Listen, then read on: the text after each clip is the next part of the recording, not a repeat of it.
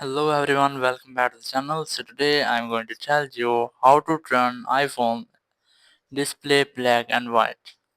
If you are using iPhone and you want to turn on this black and white display on your iPhone, so you have to enable a simple setting.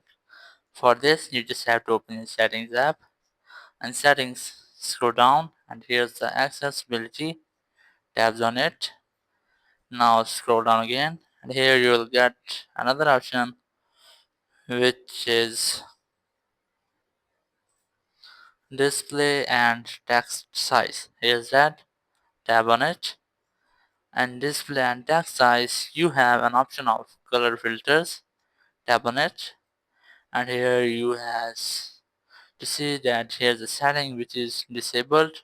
I'm going to turn it on. Just tap on it and here you can see I have turned on black and white display on my iPhone, and if you want to customize it, so you just have to open this setting again and here just turn it off, and here you can see how can you turn on black and white display on your iPhone. Thank you very much for watching the video. Until next video, bye bye.